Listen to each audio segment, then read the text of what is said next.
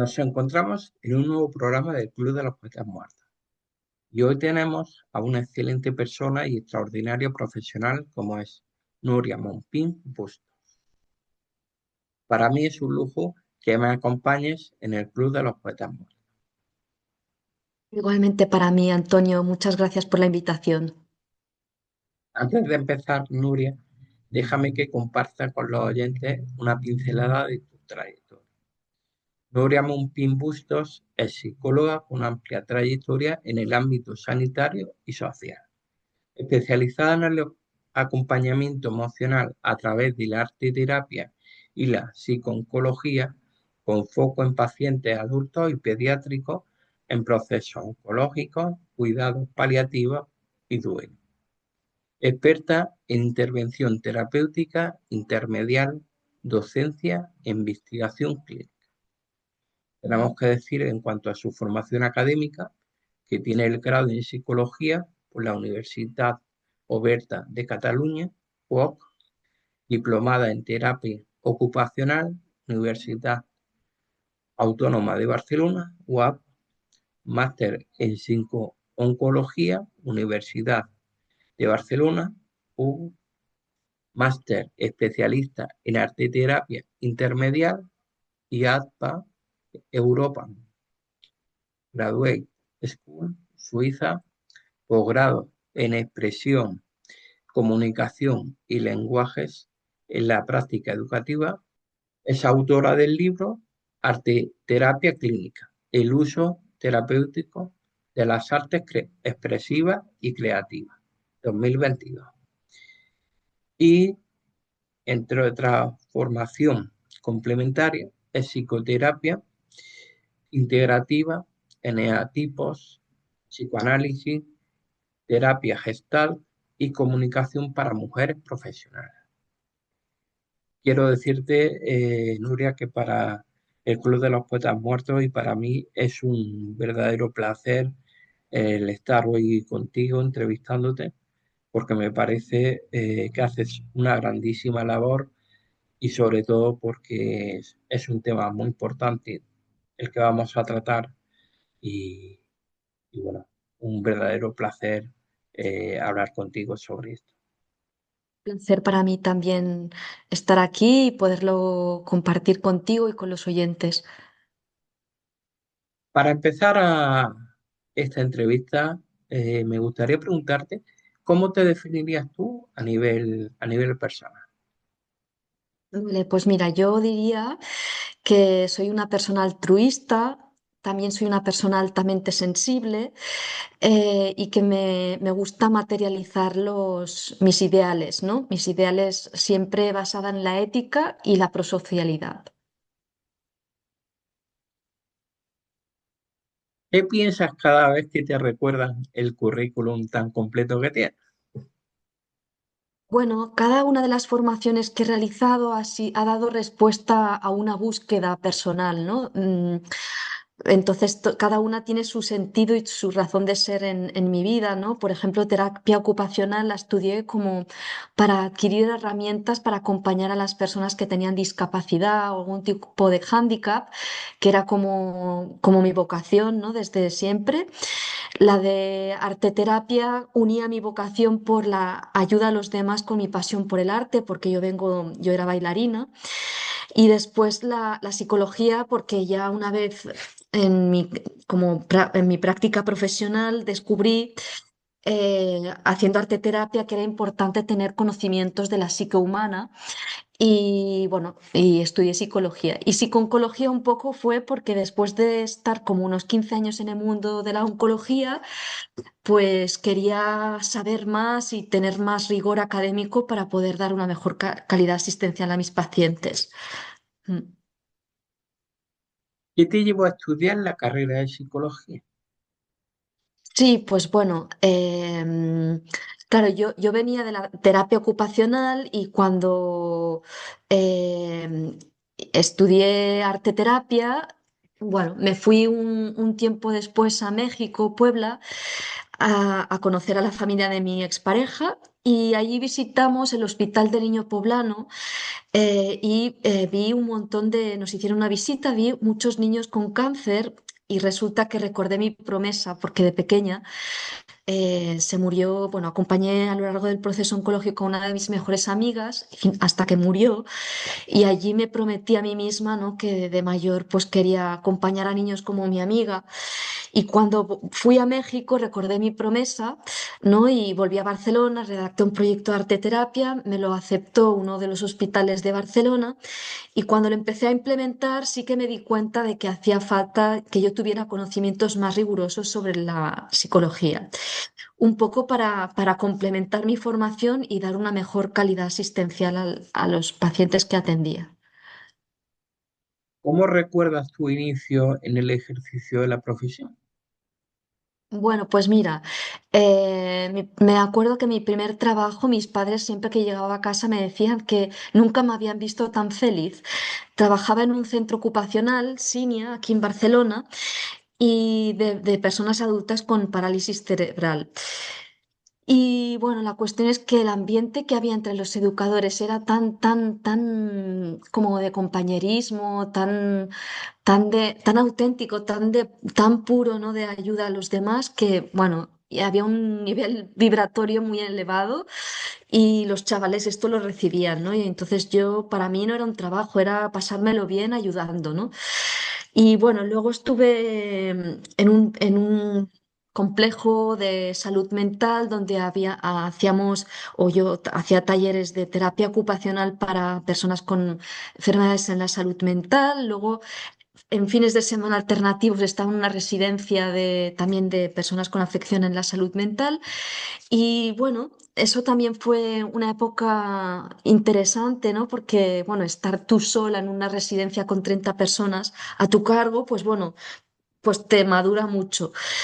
Y después estuve en una guardería como educadora infantil, que eso también me conectó con la parte más luminosa de la vida, ¿no? Del cantar a los niños, de proponerles jugar.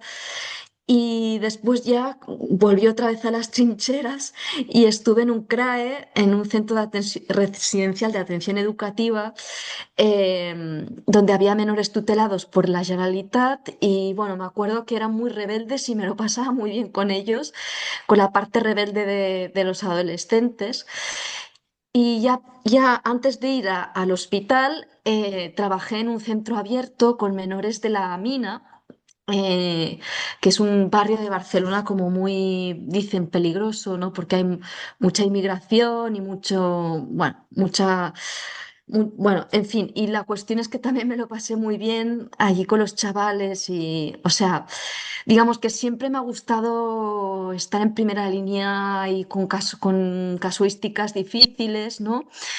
Y nada, y luego, pues esto, lo del Hospital San Juan de Dios de Barcelona, que estuve 11 años, y ahí ya empecé a especializarme en la arteterapia oncológica pediátrica. Nuria, para empezar, ¿en qué se diferencia el trabajo de una psicooncóloga en un hospital al de un psicólogo convencional? Ujú.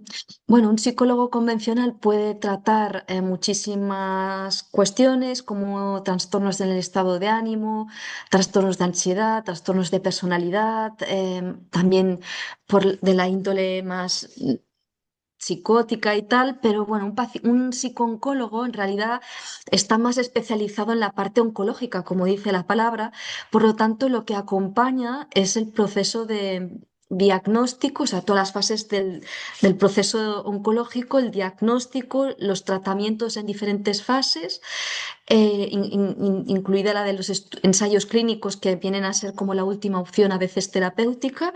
Después, cuando la persona entra ya en un cáncer avanzado y en final de vida.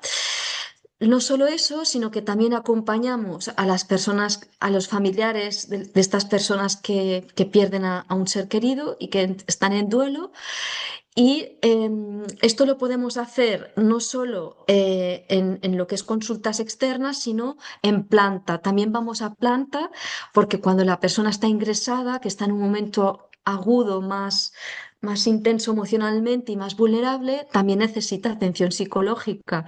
Entonces vamos a planta también por interconsulta. Y también muchas veces los psicólogos también nos encargamos de hacer talleres de autocuidado para los profesionales sanitarios como enfermeras, médicos, residentes, ¿no? De medicina, que también están como empezando, y también para evitar el burnout, ¿no? Pues hacemos talleres de autocuidado. Y bueno, y yo, por ejemplo, además de todo esto, en el Vall d'Hebron lo que hago es lidero proyectos de investigación asistencial, como la investigación es como otro eje de la asistencia, ¿no? Que tiene como el objetivo de evaluar con evidencia científica el impacto de las intervenciones de un psicooncólogo, ¿no? Y bueno, y esto es un poco todo lo que puede hacer un psicooncólogo. Sí, sí. ¿Cuál es el mito más grande que existe sobre el cáncer y las emociones? Ujú. Sí, bueno, hay muchos mitos, tabús alrededor del cáncer. El primero es el de que cáncer es igual a muerte. Em, y esto es un tabú o un mito al cual muchas personas recientemente diagnosticadas se enfrentan y sufren el impacto porque piensan, ostras, me voy a morir. Pero realmente no es así, porque ha habido mucha investigación científica, muchos avances y afortunadamente de muchos tipos de tumores el porcentaje de curación es muy elevado hoy en día y cada vez más con estos ensayos clínicos, nuevos fármacos que van apareciendo. Entonces, el primer tabú es este. Y el segundo es que en el que tengo muy clara cuál es mi posicionamiento, es que el cáncer, o sea, el cáncer y las emociones van por separado. O sea, no se puede separar, bajo mi punto de vista, la parte biológica, ¿no? de la enfermedad de la parte emocional o espiritual de una persona. Somos un conjunto de dimensiones y van de la mano. Entonces, si tratamos la parte médica, si acompañamos la parte emocional y la persona tiene una estabilidad emocional, puede gestionar el estrés, mejorar el ánimo y regular la ansiedad anticipatoria, ¿no? Pues realmente la eficacia de los tratamientos médicos será mayor porque el cuerpo acompañará las emociones. Entonces, no podemos separar una cosa de la otra y bueno, y luego es verdad que a veces la sanación física no es posible en muchos casos, pero sí la sanación emocional y espiritual. Entonces, si una persona en ese momento del diagnóstico hace un trabajo de elaboración, pues de su sentido de vida, se va quedando en paz en las diferentes fases de su recorrido, podrá morir en paz, ¿no? O sea, que ahí está también el trabajo de un psicooncólogo. ¿Cómo se le explica a un niño pequeño que está enfermo sin romperle su mundo de fantasía? Ujú. Pues mira, cuando trabajaba en San Juan de Dios, el jefe pediatra oncólogo siempre nos decía que a sus pacientes niños les explicaba les era importante explicarles con nombres y apellidos el tipo de cáncer que tenían. ¿Por qué? Partía de la base que si un niño tiene la o sea, siempre información adaptada a la edad del niño, ¿no? Pero si el niño sabe exactamente qué le pasa, podrá entender, comprender, elaborar y gestionar mejor cada momento de su estada en el hospital. Entonces, bueno, yo creo que es muy importante que podamos explicar porque además los niños lo viven con mucha naturalidad, no tienen los inputs culturales ni los tabús que tenemos los adultos, entonces lo viven con mucha más naturalidad que nosotros, no tienen miedo a la muerte, o sea, es otra manera de vivir esta enfermedad. Entonces, cuanta más información, mejor podrán afrontar los tratamientos y lo que venga.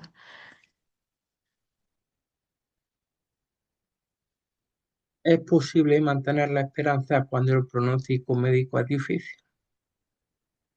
Sí, por supuesto. De hecho, ya lo dice el refrán, ¿no? Que la esperanza es lo último que se pierde. Em, depende mucho de la persona, ¿no? Del estilo de afrontamiento que tenga la persona, que tiene que ver con su personalidad. Hay personas, pues, que su recurso de afrontamiento frente a cualquier adversidad y también a la enfermedad es el optimismo.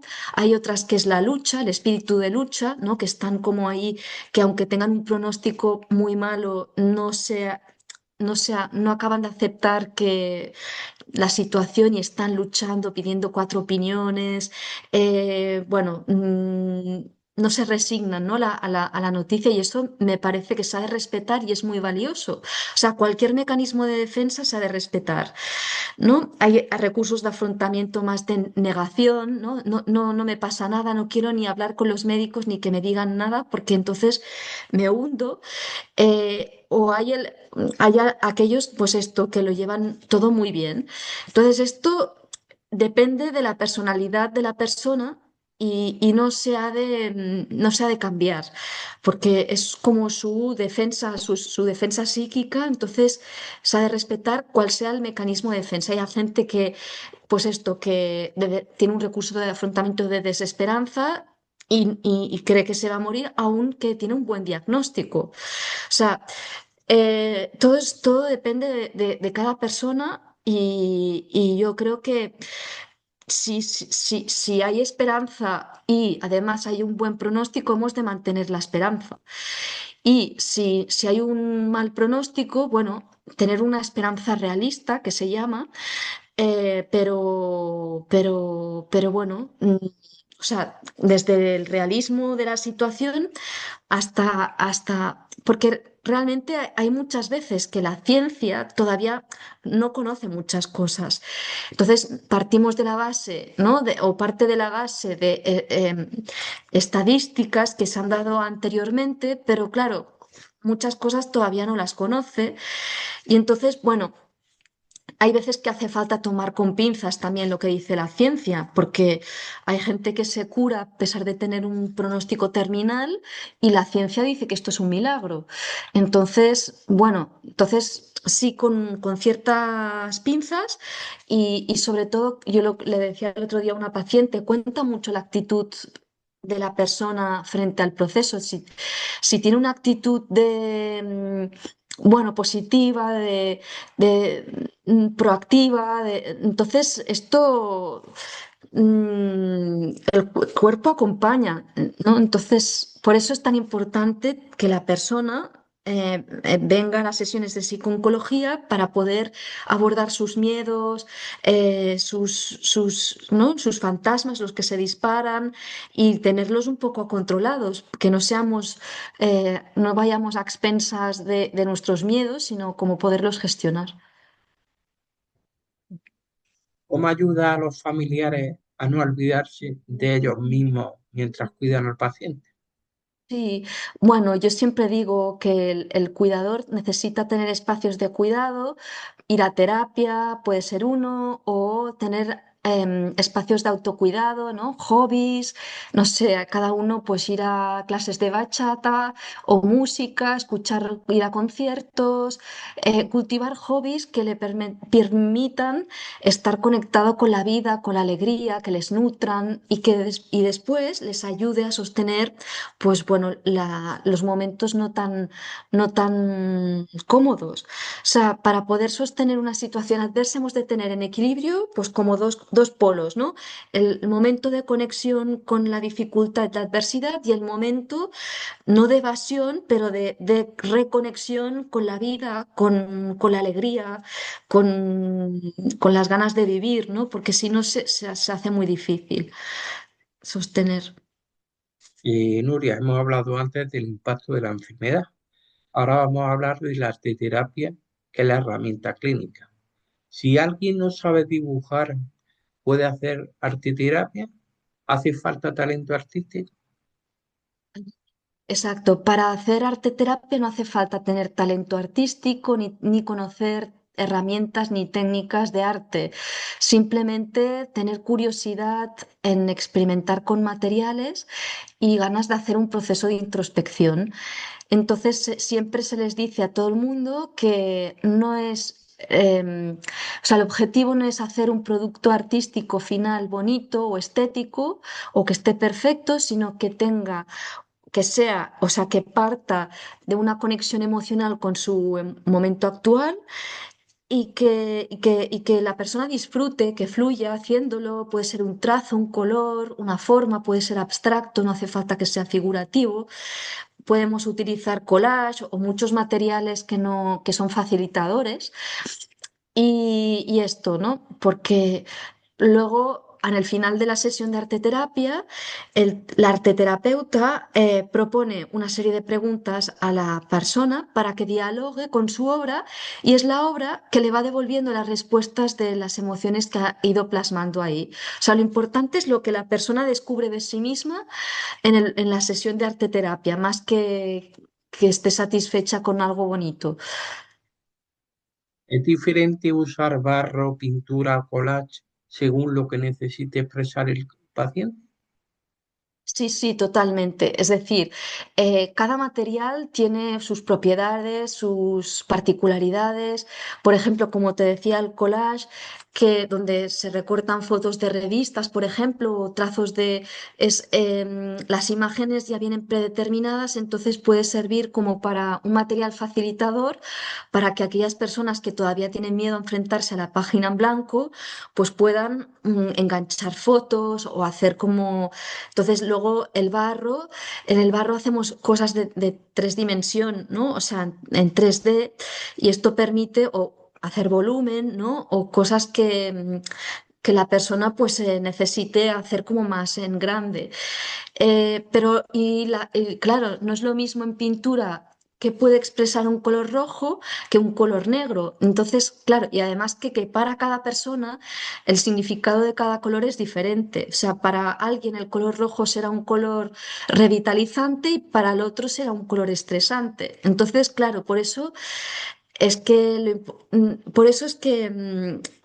siempre las respuestas las tiene la persona porque nadie mejor que una misma para saber qué ha querido expresar con este color o con este trazo o con qué le asocia dentro de su cultura o imaginario, ¿no?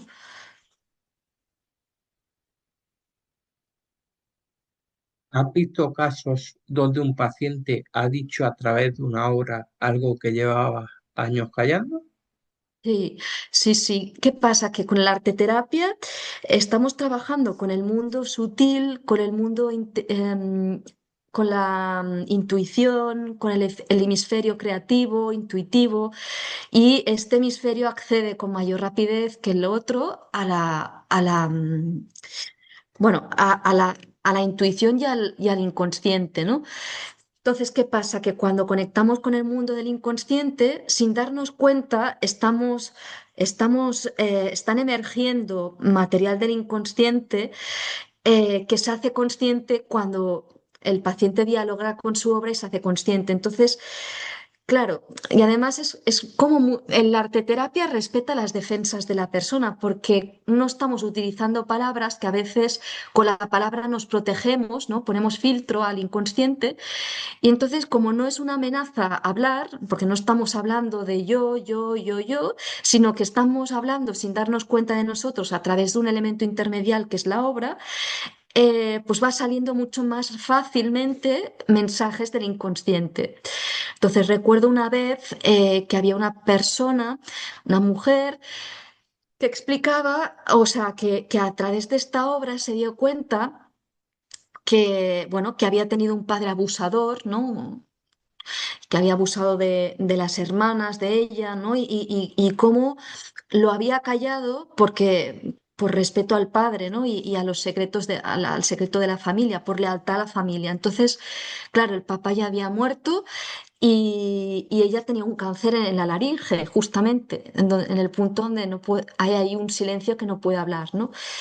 Y entonces pues salió esto. Y entonces a partir de tenía afonía, ella trabajaba de maestra, tenía una afonía con este cáncer y tal.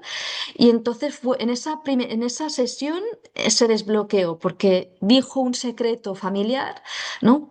Y entonces empezó a poder hablar sin disfonía. Bueno, tú lo sabes mejor como logopeda.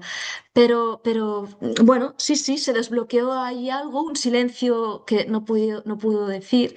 Y luego también hay muchos pacientes que esto es muy interesante, que pintan el resultado de su enfermedad, o sea, la solución a su enfermedad médica. Una chica que estaba como con una enfermedad en el riñón, con diálisis, que estaba mucho tiempo ingresada, de repente eh, pinta algo en realidad no era lo que quería pintar, pero pinta algo con forma de riñón y había una arteria que no irrigaba bien el riñón. Pero esto era claro, esto las arteterapeutas hemos de hacer como un análisis fenomenológico de la obra y podemos ver, ¿no?, elementos que se repiten, colores, formas, y ahí podemos ver muchas cosas también. Y justamente, dicho y hecho, encontraron que había una vena que no irrigaba bien el riñón y fue la solución. Se lo arreglaron y pudo, pues no la tuvieron que trasplantar. Bueno, y luego otra chica, por ejemplo, pintan como lo que va a pasar, el futuro. Una chica pintó un escenario con mucha sangre. Bueno, pues se desangró. Afortunadamente no pasó nada, o sea, los médicos lo contuvieron, pero sí, sí, justo un día antes de que pasara eso, pintó todo lleno de sangre. O sea, es que de alguna manera cada una sabe, dentro tenemos un sanador interior que nos va guiando y a través de las obras va saliendo, ¿no? ¿Cómo ayuda el arte a reducir el estrés físico o el dolor de los tratamientos? Ujú. Mira, en San Juan de Dios observaba que muchos niños que estaban a las 12 de la mañana con la luz apagada, persianas abajo, porque tenían muchas náuseas, dolor, incluso, bueno, depresión, ¿no? Y dormir era una manera como de olvidarse que estaban allí. Pues cuando yo llamaba a la puerta, le decían a la mamá, abre la ventana que quiero hacer arteterapia, ¿no? ¿Y eso por qué? Pues porque la arteterapia, por un momento, la habitación se convierte en un taller de arte, la persona pues se conecta consigo misma con algo que le gusta, que es, o que en el caso de los niños les recuerda al colegio, que desde luego durante la enfermedad no pueden ir al colegio, les permite escoger con qué materiales quieren trabajar, qué quieren hacer, o sea, empiezan a tomar decisiones. En el hospital muy pocas decisiones puedes tomar.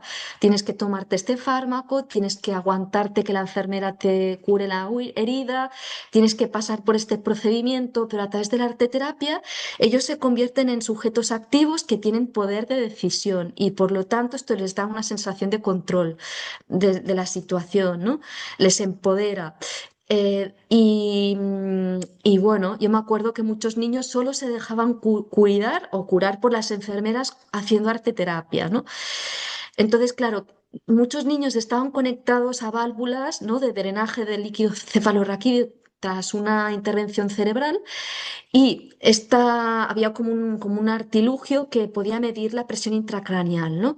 Pues bueno, la presión intracraneal cuando empezábamos la sesión estaba altísima y cuando acabamos la sesión había bajado muchísimo. ¿Por qué? Porque el niño se había relajado, había fluido, o sea, cuando estamos conectados con algo que nos gusta, realmente desaparece la percepción del dolor, ¿no? Desaparece la dimensión espacio-tiempo, ¿no? Los momentos de flujo que le llaman. Entonces, bueno, entonces, claro, si nos relajamos, realmente el estrés y el dolor se percibe de otra manera. Mm. Y Nuria, ¿el arte sirve para escapar del hospital o para entender mejor lo que pasa dentro? Exactamente, mucho mejor. O sea, yo creo que es más bien ir hacia adentro. El arte terapia permite mirar hacia adentro, descubrir mi esencia, pues quién soy, qué me pasa, qué siento con lo que me está pasando, y darle una salida, ¿no? Una salida creativa para que se pueda transformar, se pueda mirar desde otro lugar, ¿no? Y adquirir pues una mirada resiliente. Sí, sin duda, el arte disminuye el nivel de estrés hospitalario. Me acuerdo niños que venían de otros países, ¿no? De Sudamérica, porque allí no tenían tratamiento. Pues aquí, claro, un país nuevo, pues personas nuevas. Claro, muchos niños desarrollaban un mutismo y poco a poco, con las sesiones de arte terapia, como tienen la capacidad de elegir, de tomar decisiones, de ser los protagonistas, poco a poco van cogiendo confianza en la arte terapeuta y esta confianza poco a poco se va generalizando con el resto de profesionales, ¿no? O sea que el arte también ayuda como adaptarnos a la situación, ¿no? De hostil que ellos viven. Mm. Normalmente, Nuria, enfocamos la arteterapia hacia el paciente, pero tú realizas una labor muy específica desde Calian, acompañando a los profesionales sanitarios en hospitales como en San Joan o recientemente en la FE de Valencia. ¿Por qué crees que es tan vital usar el arte para cuidar al que cuida? ¿Y cómo ayuda esta herramienta a los equipos médicos a procesar su carga emocional?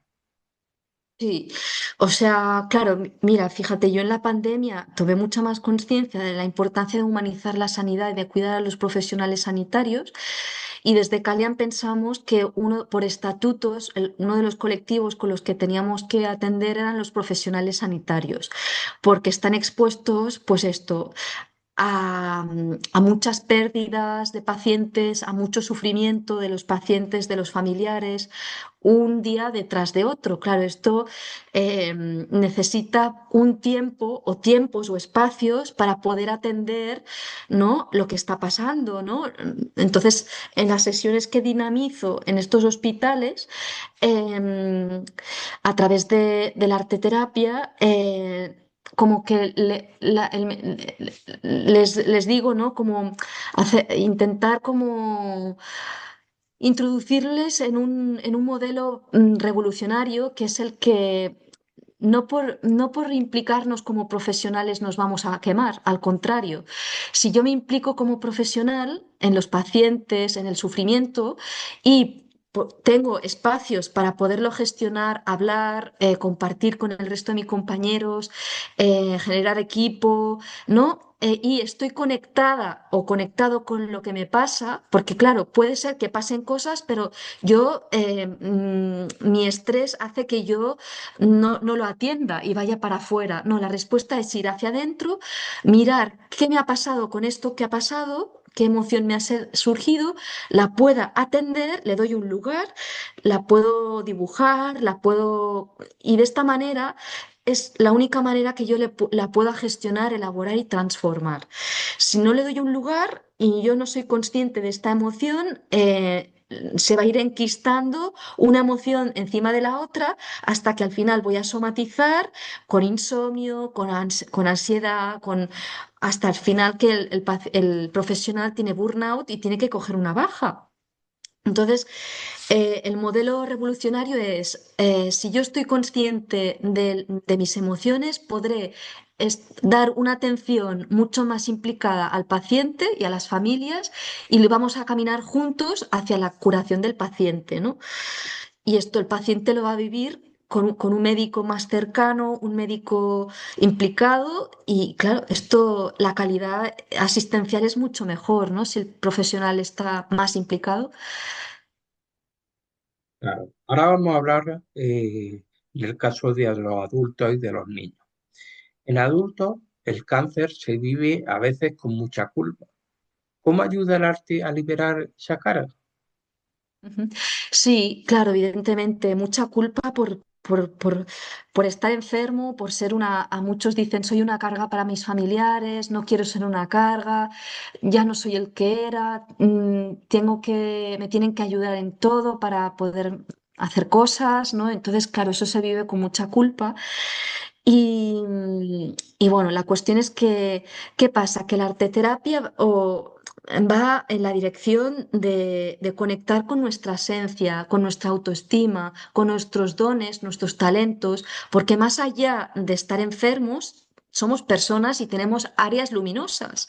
Y estas áreas luminosas son las que en el arteterapia también queremos promover, ¿no? Para que la persona tome conciencia de los recursos personales que tiene durante la adversidad, de la luz y de lo mucho que vale también solo por el hecho inherente de ser un ser humano, ¿no? Entonces, claro, esta culpa se puede transformar en conciencia de mi presencia, ¿no? De una presencia que más allá de estar enferma tiene muchísimas otras dimensiones, ¿no?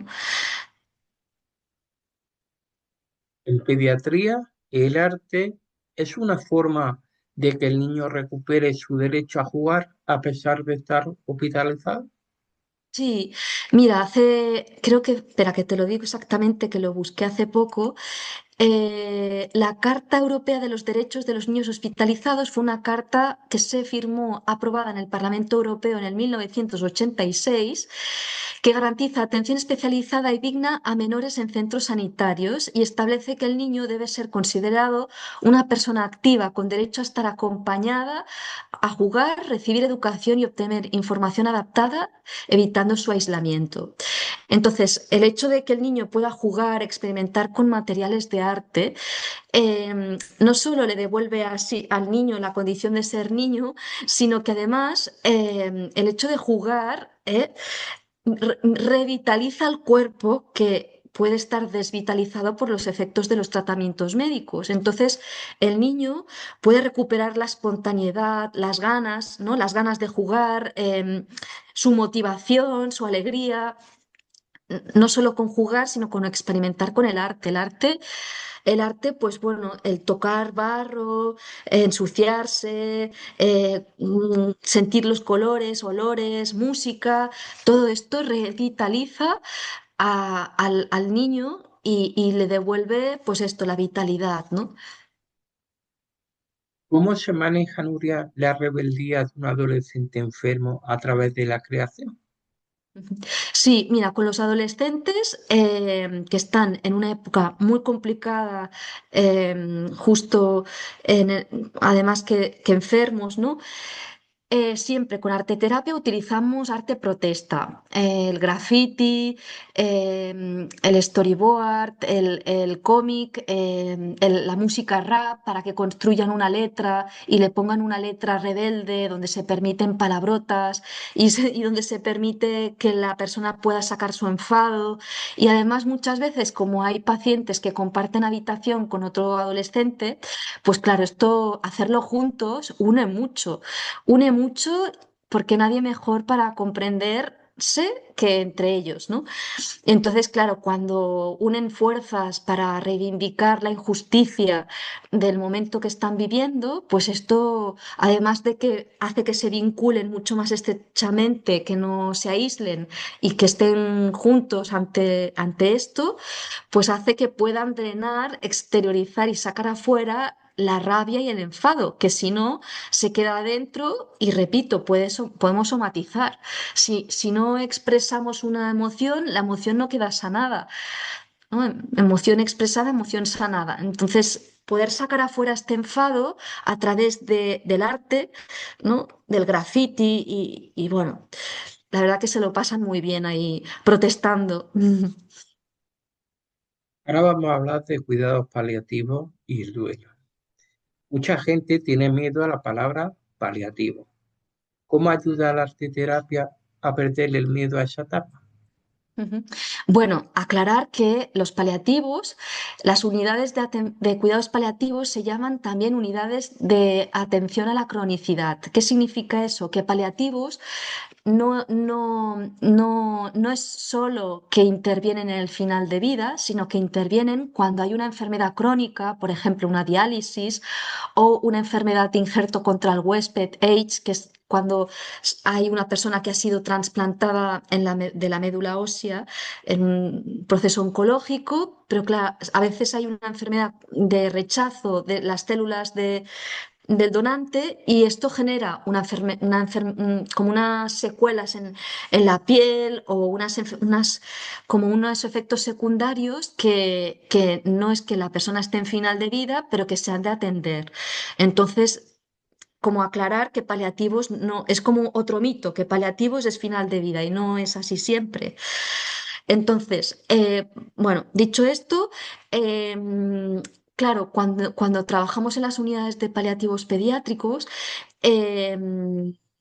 bueno, trabajamos con lo que hay, ¿no? Con lo que hay, con, con la dificultad. Trabajamos en el formato sistémico familiar, es decir, atención centrada en el paciente, pero además intervienen papás y hermanos un poco pues para trabajar con todo el sistema, que el sistema es el principal apoyo para el paciente y entonces ahí podemos pues bueno, trabajar dinámicas que hay entre ellos, ¿no? Entre el papá y el niño o los hermanos entonces pues ¿qué pasa? Que el niño se siente, el paciente se siente como acompañado, arropado por su familia, ¿no?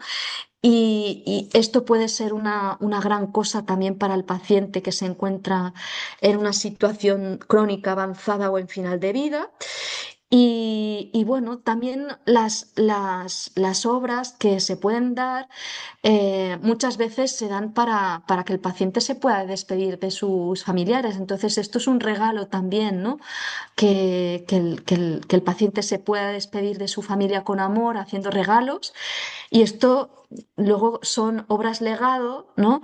Que quedan para la eternidad, ¿no? Y facilitan el duelo, la elaboración del duelo de los familiares cuando la persona se ha marchado. Pero bueno, ¿cómo ayuda? Pues como que trabajamos con lo que hay, pues aceptar lo que hay, no poner un parche y negar lo que hay, sino poder trabajar con el dolor o las emociones que hay en ese momento y que necesitan ser atendidas. Nuria, ¿qué es un legado de vida? ¿Cómo ayudáis a los pacientes a dejar algo creado por ellos para sus seres queridos? Sí, sí, sí, pues como te decía, muchas veces ya los propios pacientes hacen esta petición, ¿no? Quiero hacer un regalo en la próxima sesión con el arte para mi padre, mi madre y mis hermanos. Hay otros muchos que no lo piden, pero que de alguna manera ya va saliendo, ¿no? Porque las personas cuando estamos en final de vida lo sabemos aunque se nos quiera ocultar, ¿no? Hay muchos papás, "Ay, no le digamos, no le digamos", pero los niños lo saben antes que ellos. Entonces, la persona ya lo sabe, entonces ya va haciendo producciones como muy conectadas con su final y va haciendo como despedidas, regalo, ¿no? Y esto, pues esto facilita estas obras, muchas familias las tienen expuestas en un lugar de la casa durante años y años que ya ha marchado el familiar y les ayuda a tener presente al familiar, a recordarlo, ¿no? Y a traerlo, ¿no? En el momento presente. En el duelo, el arte ayuda a soltar o a mantener vivo el recuerdo de forma sana. Ujú. Sí, mira, acompañamos en Calian también a parejas que han tenido una pérdida gestacional, ¿no? Que es justo una pérdida ¿no? De un bebé, que es, o sea, el momento del nacimiento que se une con el momento de la muerte. Entonces, durante el acompañamiento, pues se acompaña a poder drenar el dolor, a poder drenar, pues bueno, la pérdida, el dolor y el sufrimiento que genera la ausencia de este ser querido, ¿no? Entonces, no se trata de soltar, porque a veces no podemos soltar, o sea, es poco natural soltar cuando realmente, o sea, no lo puedes aceptar, ¿no? Entonces, claro, en el duelo, según Elizabeth Kubler-Ross, que era una psiquiatra suiza del siglo pasado, que se encargó toda su vida profesional, acompañó a personas al final de vida y fue viendo que había en común todas las personas familiares que se quedaban tenían en común que atravesaban unas fases del duelo, que ahora estas fases del duelo son las que utilizamos en la psicología. Las fases del duelo, hay una primera fase que es la de impacto, la de incredulidad, de esto no me puede estar pasando a mí. Después viene una fase de mucho enfado de putear a la vida, de qué mierda esto que pasa en la vida, no sé, putear a Dios. Después una fase de mucha tristeza, que es la que hay debajo del enfado, donde pues podemos caer en un episodio más depresivo. Y poco a poco la persona, con el tiempo, porque esto puede ser que un duelo estés 5 años para hacer un duelo, o sea, es que no hay no hay un manual de decir, mira, el duelo es 6 meses, que no, cada persona lo lleva a su tiempo. Con el tiempo la persona como va negociando, bueno, a ver, la vida me ha quitado esto, pero ahora me está dando todas estas cosas, o sea, la pérdida siempre va a estar. Lo que pasa es que como que la vida va avanzando, van a aparecer personas nuevas, proyectos nuevos. Para procesar el duelo, a lo mejor yo gesto un proyecto, ¿no? Gesto algo y le puedo dar la vuelta, no le puedo dar la vuelta. Y poco a poco la persona va aceptando la pérdida hasta que llega un punto que la vive, o sea, recuerda a la persona no con la melancolía y la tristeza, sino con la paz y el amor de sentir que ha podido tener la suerte de compartir la vida con esa persona o ese ser, ¿no? Entonces, bueno, ya digo que cada persona sigue pero claro, cuando la persona está en duelo, hemos de atender las emociones de la fase en la que esté, ¿no? Y eso permite que vaya limpiando o sea, sacando de su interior la tristeza, el enfado, la negación, el shock, porque además el duelo es biológico, o sea, cuando tú estás triste porque ha muerto alguien querido, es que tu cuerpo, o sea, es biológico. Es, o sea, la gente que ha perdido un ser querido lo sabe. Estás como si te hubiera pasado un camión por encima, ¿no? Entonces, claro, acompañar el dolor físico también es importante, ¿no? A través del arte. Entonces, damos un lugar a lo que la persona está en ese momento para que pueda elaborarlo, para que pueda ir pasando de una fase a otra y llegue a un punto que pueda recordar a la persona desde otro lugar, desde otra emoción, ¿no?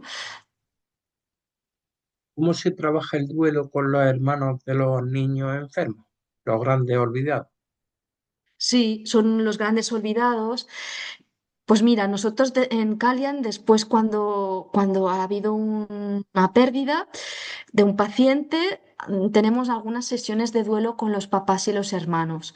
Y también hacemos un trabajo como de recordar al ser querido, también, pues esto, lo que te he dicho, de en qué momento, qué emociones aparecen en el hermano. Puede también haber mucho enfado porque durante mucho tiempo no ha sido visto este hermano. Y toda la atención recaía en el paciente y él se ha sentido invisible. Esto también es legítimo y también se ha de tratar, ¿no? Y abordar. O sea, y no está, puede sentir mucha culpa también por sentir esto, ¿no?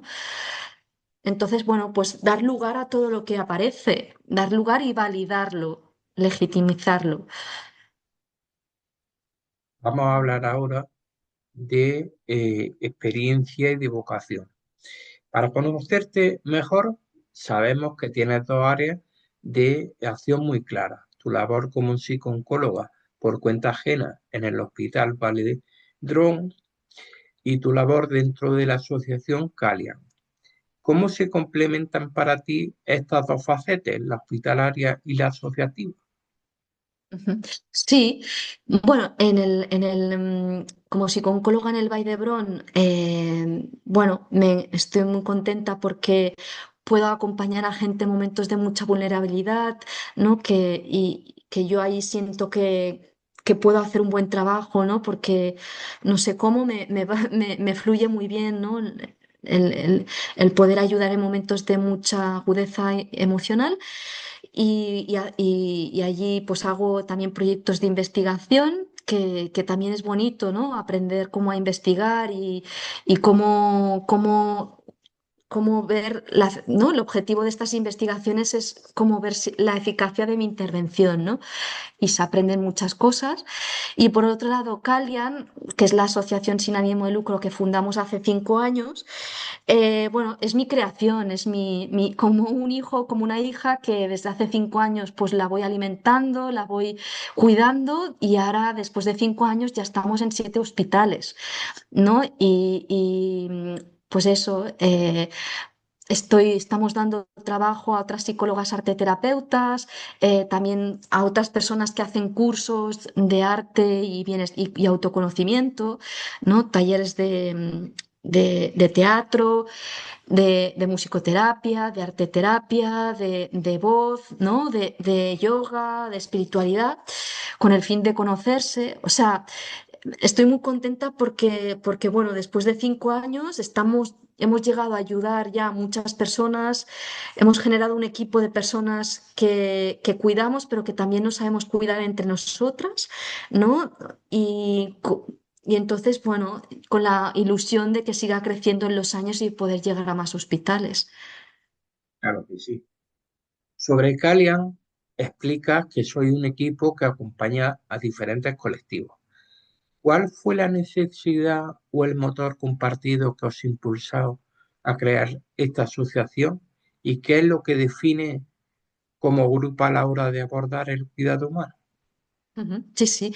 Bueno, como te decía, mi vocación viene ya desde la infancia, que acompañé a mi amiga, a mi mejor amiga a morir.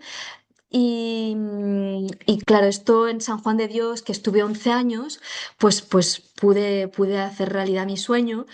Pero cuando vino la pandemia, tomé más conciencia de la importancia de humanizar la sanidad y entonces nos unimos un conjunto de personas para escalar este proyecto a otros hospitales de España y, por otro lado, para cuidar a los profesionales sanitarios, para atender a personas en vulnerabilidad, como mujeres en situación de violencia de género, personas de la tercera edad. Estamos ya colaborando con Cáritas también en este ámbito o con personas que han tenido una pérdida gestacional, con la Asociación Petit Sant Llum. Estamos en escuelas también con niños en edad escolar para fomentar el desarrollo de la inteligencia emocional a través del arte.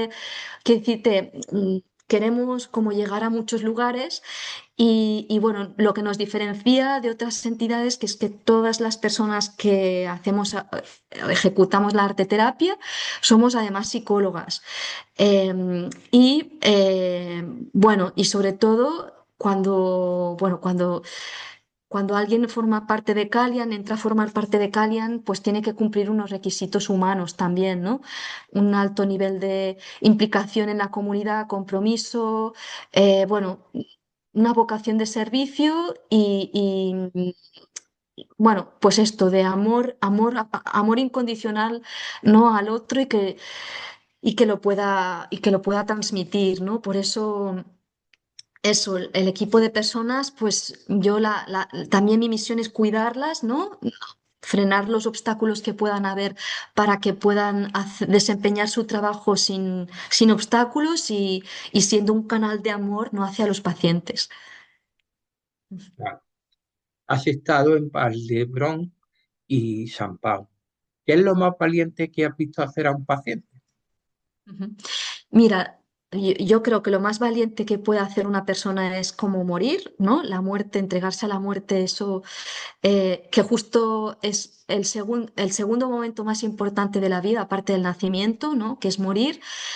Y justo alrededor de la muerte se producen momentos de mucha profundidad, de mucha magia y de mucha espiritualidad, ¿no? Para mí eso es un acto de valentía, morir, porque nos enfrentamos a una dimensión desconocida, pero que en realidad, bueno, yo que voy leyendo, ¿no? De esta misma Elizabeth Kubler-Ross, que mucha gente que tenía experiencias a la muerte, ¿no? Y que volvía a la vida, decían que había en común, ¿no? Que eran se veía el túnel con al final la luz, que veías todos tus ancestros que te venían a buscar y que es un momento de muchísimo amor donde recuerdas toda tu vida y mucha gente, es tan el amor que sientes que no quieres volver a la vida. Todos lo decían, ¿no? Entonces, Por lo visto, parece que es un momento que no hay sufrimiento, al contrario. Lo que pasa es que como es desconocido, pues a todo lo desconocido el ser humano le tiene miedo. Pero cuando te entregas, ¿no? Realmente, bueno, y lo que pasa en el entorno también es muy mágico, ¿no? Bueno, por un lado, el hecho de morir, por el otro lado, un acto muy valiente que vi en una niña, tenía 12 años, la conocí hace 2 años, en la UCI del Hospital Vall d'Hebron de Barcelona, y esta chica, por una sepsis generalizada, le tuvieron que amputar las manos y los pies y le hicieron una laringotomía. Bueno, porque no podía respirar, total, que no podía hablar, no podía tocar ni podía, o sea, pobre chica, o sea, muy mal. Total que esta chica le pidió al psicólogo de unidad de cuidados paliativos que quería pintar. Y me dijo, mira, es que me ha dicho esto, a ver qué podemos hacer. Yo, claro, yo no quería que la niña se frustrara, o sea, tenía que evitar bajo toda costa que se frustrara. Y entonces el fisioterapeuta le diseñó una férula para que pudiera sujetar un pincel o un boli y pintar. Bueno, lo que pasa es que era muy delicado. Total, que bajo a la UCI y la niña que sí que quería pintar. Y bueno, le pusimos el pincel, él ya estuvo pintando, pero ¿qué pasó después? Que ya se dio cuenta de que ya no podía pintar como antes, con las manos. Y entonces fue bueno que fue bueno que saliera eso en ese preciso momento, porque ahí intervenimos, tanto su mamá como yo, y le dijimos que lo importante no es hacerlo como lo hacías antes, sino que lo puedas hacer y que tiene el doble o el triple de mérito que lo hagas de esta manera, ¿no? Y que las cosas se pueden hacer, son relativas y se pueden hacer de muchas maneras. O sea, ella se enfrentó a su dificultad, ¿no? En un momento que llevaba, no sé si 4 meses en la UCI.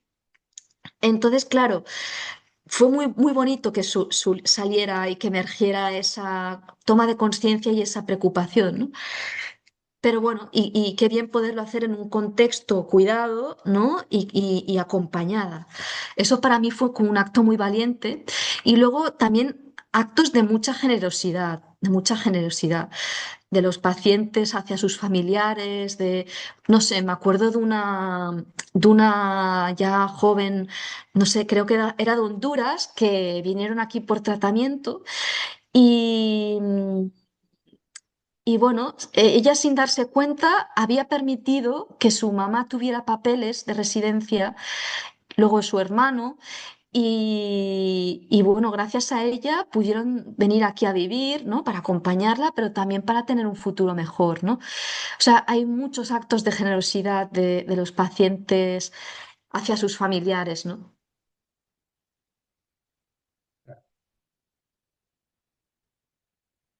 Después de ver tanto dolor y superación, ¿qué es para ti la felicidad hoy?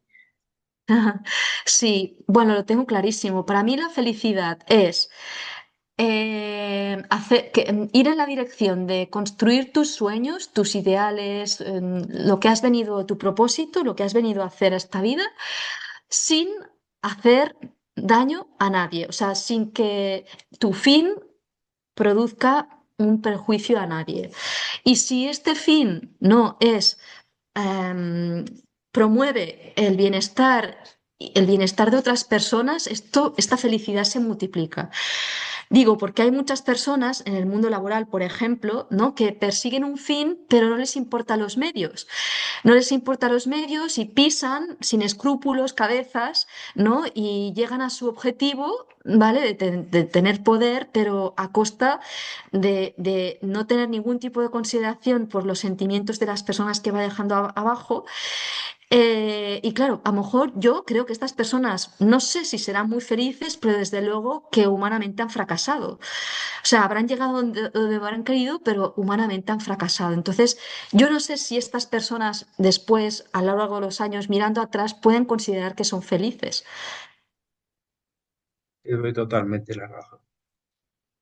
Si pudieras dar un solo consejo a alguien que ha recibido una mala noticia de salud hoy, ¿cuál sería? Sí, pues vivir el momento presente con la mayor intensidad y sobre todo aprovechar este momento presente para sanar cosas del pasado, para quedarte en paz, ¿no? con tu entorno, contigo mismo, darle un sentido a tu vida, incluso si la sanación física no es posible, darle un sentido a tu muerte, ¿no? O sea, cuando le damos un sentido a la adversidad, es que ya nos estamos haciendo fuertes y resilientes, le damos la vuelta, ¿no?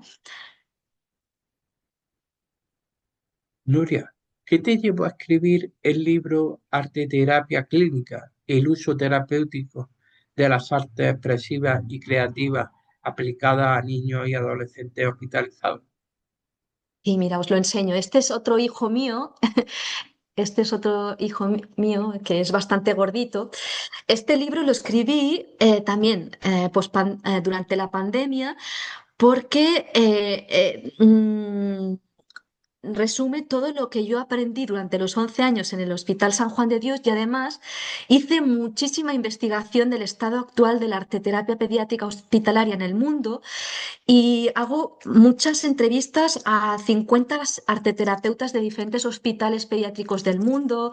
Luego, la primera parte hay una revisión teórica de las pioneras de Estados Unidos de la arteterapia oncológica, Tracy Council, o bueno, hay muchísimas, o Edith Kramer, bueno, mucha introducción de las bases teóricas de la arteterapia y después una parte final práctica donde ilustro casos y esto un poco lo hice para si podía ser de ayuda a otros profesionales, arteterapeutas, porque aquí en España, pues bueno, no hace tanto que existe la profesión y bueno, yo tuve la suerte de ser de las primeras arteterapéuticas pediatras hospitalarias y poder abrir camino a otras para que lo puedan hacer en otros puntos de España o a otros profesionales, sí, un poco para si puede ser de ayuda para otros profesionales.